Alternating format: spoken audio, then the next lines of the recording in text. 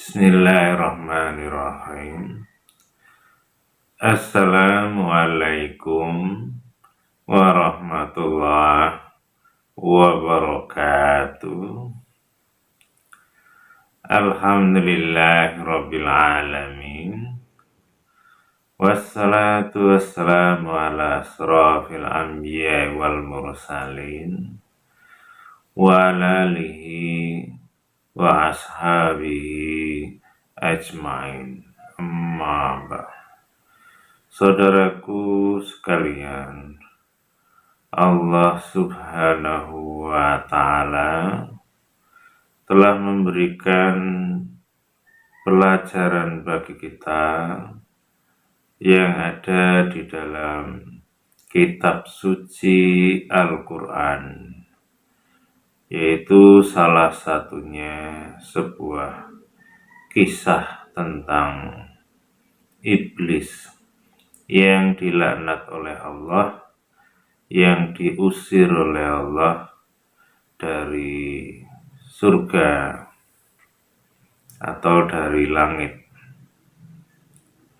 yaitu karena ada sebuah kesalahan yang cukup besar, yaitu sombong,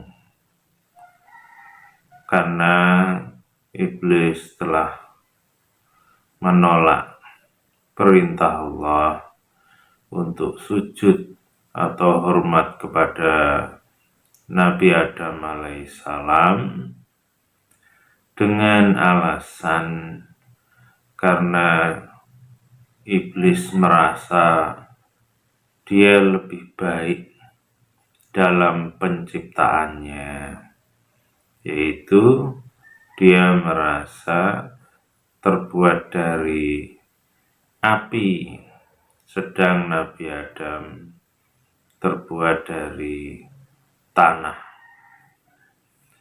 sehingga karena merasa lebih baik itu, dia enggan, tidak mau sujud kepada Adam. Dan dari kisah itu yang bisa kita ambil pelajarannya, di antaranya Allah tidak menyuruh iblis itu sujud kepada Adam dalam arti menyembah Adam. Insya Allah tidak seperti itu, karena Allah sendiri telah menyampaikannya di berbagai ayat yang ada di dalam Al-Quran.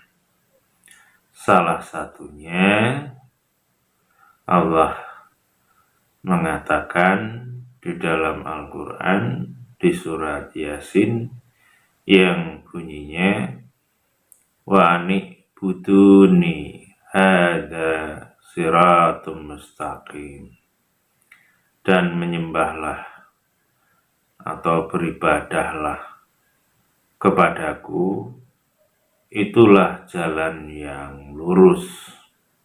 Jadi dari ayat itu bisa kita pahami bahwa jalan yang benar, jalan yang lurus, jalan yang diridhoi oleh Allah itu adalah beribadah kepada Allah, menyembah Allah.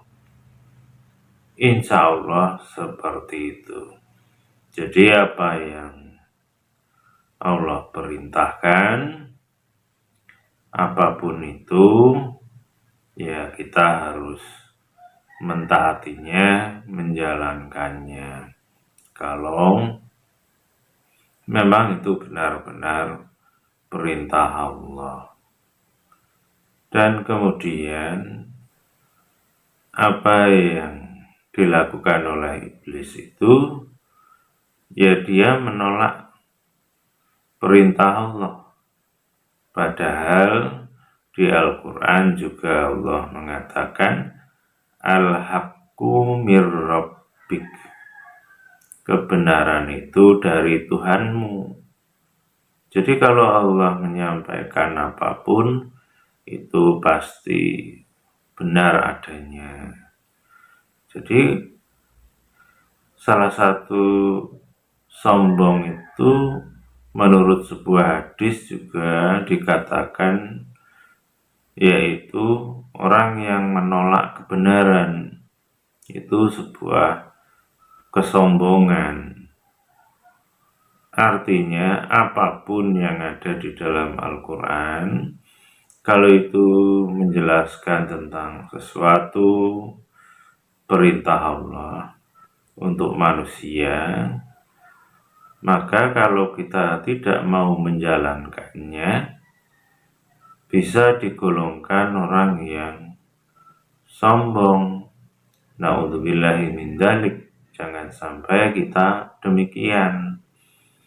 Maka untuk itu ya kita belajar untuk menjalankan perintah Allah, baik itu yang ringan ataupun yang mungkin agak lumayan berat, tapi Allah kan sudah memberi jalan semuanya. Umpamanya kita diperintahkan oleh Allah untuk haji, yaitu kan kalau mampu. Kemudian juga kita diperintahkan untuk zakat, itu juga kalau mampu. Kalau tidak ya kita dizakati. Untuk puasa juga demikian. Kalau sakit atau musafir ya diganti hari yang lain. Atau kalau tidak mampu sama sekali ya fidyah. Itu menjadi pelajaran bagi kita.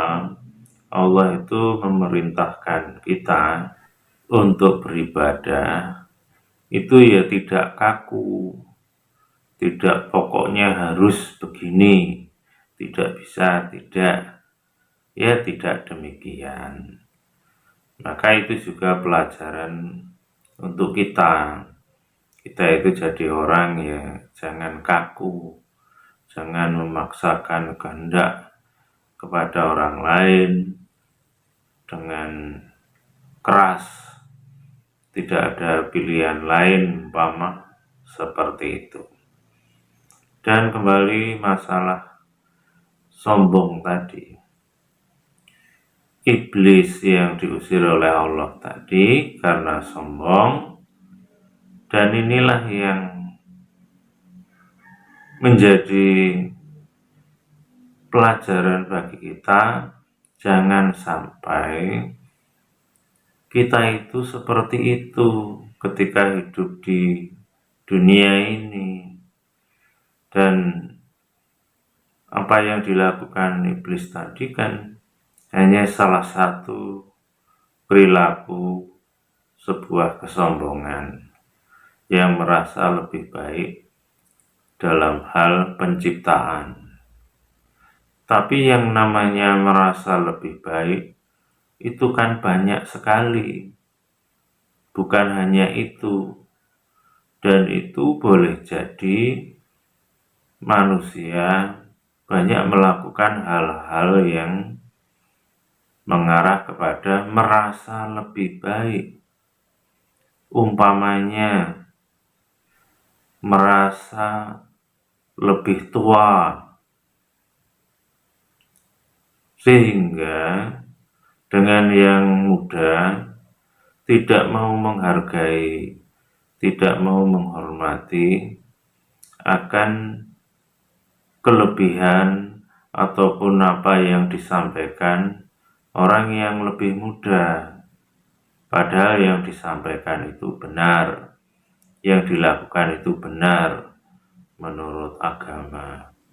Tapi hanya karena orang yang muda, sedang dia orang yang lebih tua, sehingga tidak mau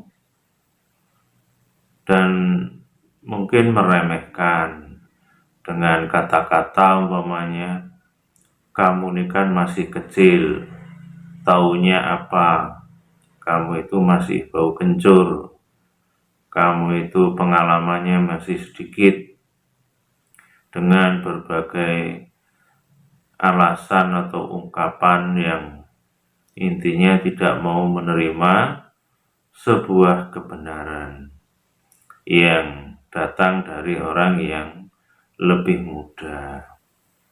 Nah, itu juga salah satu merasa lebih baik, dan itu sebuah kesombongan persis seperti apa yang dilakukan oleh iblis.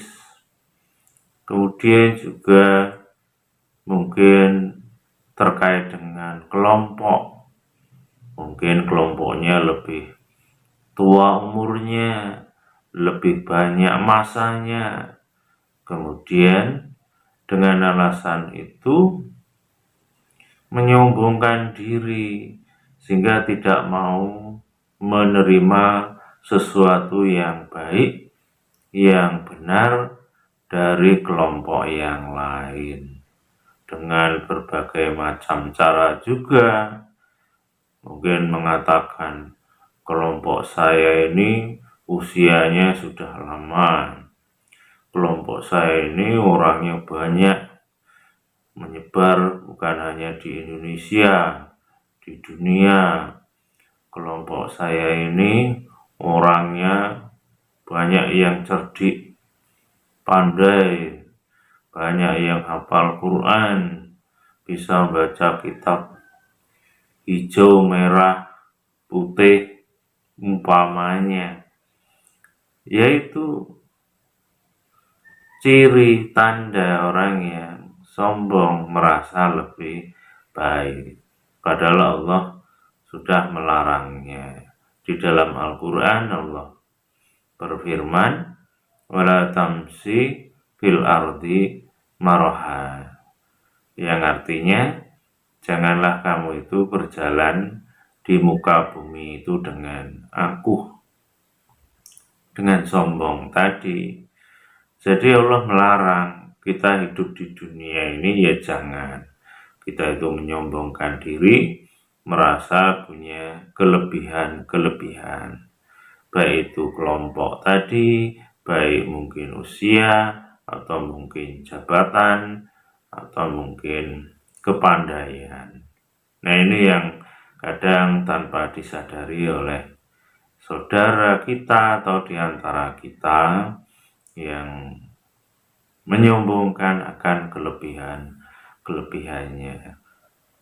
Padahal kalau kita itu membaca firman Allah tentang kisah iblis dan Nabi Adam alaihissalam, di situ jelas kisah itu bukan hanya sekedar dongeng untuk mengisi Al-Quran, tidak, tapi itu Allah memberitahukan kepada kita sebagai manusia, janganlah berperilaku seperti iblis. Nah, ini yang harus kita pahami, ya kita waspadai, dan kita teliti apakah kita itu sudah tidak menyombongkan diri atau masih. Kalau masih, ya kita harus segera bertobat kepada Allah agar apa yang pernah kita lakukan yang salah atau keliru itu bisa diampuni oleh Allah. Insya Allah seperti itu. Dan kemudian juga yang namanya sombong itu tidak harus nampak secara lahir, umpamanya dengan kata-kata lewat mulut. Tidak harus seperti itu, tapi ada yang dengan isyarat, atau ada yang dengan pikiran yang dipikirkan saja, ataupun apa yang ada di dalam hati. sehingga orang lain tidak tahu. Tapi Allah tahu kalau orang itu berpikir, merasa bahwa dia yang lebih baik, lebih lurus, lebih benar, berarti orang itu sedang menyombongkan diri, dan itu tidak jauh beda dengan iblis tadi. Kemudian juga di dalam hati, mungkin hatinya juga merasa seperti itu, merasa dia lebih baik dalam beberapa hal, sehingga dia tidak mau menerima kebaikan dari orang lain atau tidak mau menghargai atau menghormati. Dan itu Allah tahu semuanya. Maka kita harus hati-hati. Kalau Allah itu menilainya itu bukan hanya di luar, tapi yang ada di dalam hati. Bukankah Allah telah berfirman di dalam Al-Quran yang bunyinya wallahu alimun bidzati sudur, dan Allah itu tahu apa yang ada di dalam dada, maksudnya apa yang tersembunyi di dalam hati manusia. Dan itulah yang harus kita usahakan senantiasa untuk lurus di jalan Allah. Salah satunya tidak menyombongkan diri di dalam kehidupan kita sehari-hari, baik itu dengan orang lain ataupun dengan keluarga, dengan suami, istri, anak, orang tua. Karena yang namanya merasa lebih baik tadi, bahasa lain yang kita kenal sehari-hari adalah mentang-mentang sebagai orang tua tidak mau menerima atau menghargai, menghormati apa-apa yang ada pada diri anak.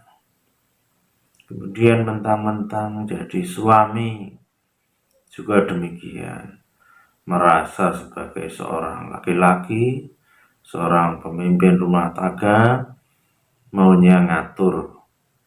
Padahal ketika ngatur mungkin ada yang salah, keliru, sehingga ditegur tidak mau, malah marah umpamanya. Yaitu suatu hal yang keliru juga. Bukankah Islam mengajarkan kalau seorang pemimpin itu ya memang tugasnya memberi contoh, memberi tauladan, kemudian kalau keliru ya harus mau untuk merubahnya, mau menerima teguran itu. Seperti ketika kita itu sholat berjamaah, bukankah di situ ada pelajarannya? Seorang imam itu harus diikuti. Kalau imamnya sujud ya sujud semuanya, jamaah. Kalau ruku ya ruku semua. Kalau berdiri ya berdiri semua. Bacaannya juga kalau dia membaca surat-surat tertentu ya didengarkan. Tapi kalau apa yang dilakukan itu ada yang salah, baik gerakan ruku, sujud, ataupun bacaannya yang keliru, seorang imam ya harus menerima kalau ditegur oleh makmumnya. Itu sebenarnya juga pelajaran agar kita itu tidak sombong, mentang-mentang jadi pemimpin, jadi imam, baik di masyarakat ataupun di keluarga, tidak mau ditegur, tidak mau diluruskan, emosi, marah, mengancam, umpama seperti itu. Ya tidak demikian. Dan kemudian yang menegur pun juga ya harus bisa menyikapinya dengan baik. bukan mentang-mentang juga, mentang-mentang boleh menegur, terus menegurnya tidak pakai etika atau sopan santun. Menegur juga ada caranya, sehingga dengan cara yang santun itu ya tidak menyakitkan, menyinggung, dan lain sebagainya. Makanya dalam sholat itu paling tidak caranya kan kita sudah dikasih tahu, yaitu diantaranya mengucap subhanallah umpamanya. Jadi tidak terus menegur mengatakan itu bacaannya salah. Jadi sebagai imam harus ya tidak boleh mentang-mentang, sebagai makmum juga tidak boleh mentang-mentang. Di dalam keluarga juga demikian. Sebagai orang tua ya tidak boleh mentang-mentang. Sebagai anak juga demikian. Mentang-mentang sebagai anak, terus minta kepada orang tua sekehendaknya, maksa, minta uang, minta sekolah, atau minta buatkan rumah umpamanya.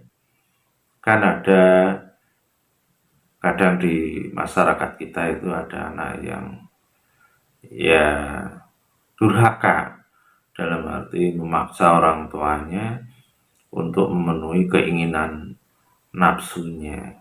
Nah itu jangan sampai terjadi. Jadi kembali masalah sombong itu, jadi bukan hanya diartikan sombong merasa mobilnya hebat, mahal, rumahnya, sawahnya, ladangnya. Tidak hanya seperti itu, tapi ada hal-hal yang terlihat sederhana di dalam rumah tangga atau di lingkungan bergaul dengan sesama.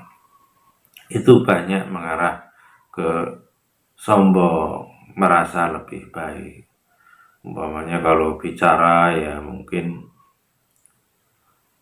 borong atau menang sendiri, tidak mau mendengar omongan orang lain, maunya orang lain mendengar omongan kita, umpama seperti itu juga sombong, egois, maunya benar sendiri, umpama seperti itu.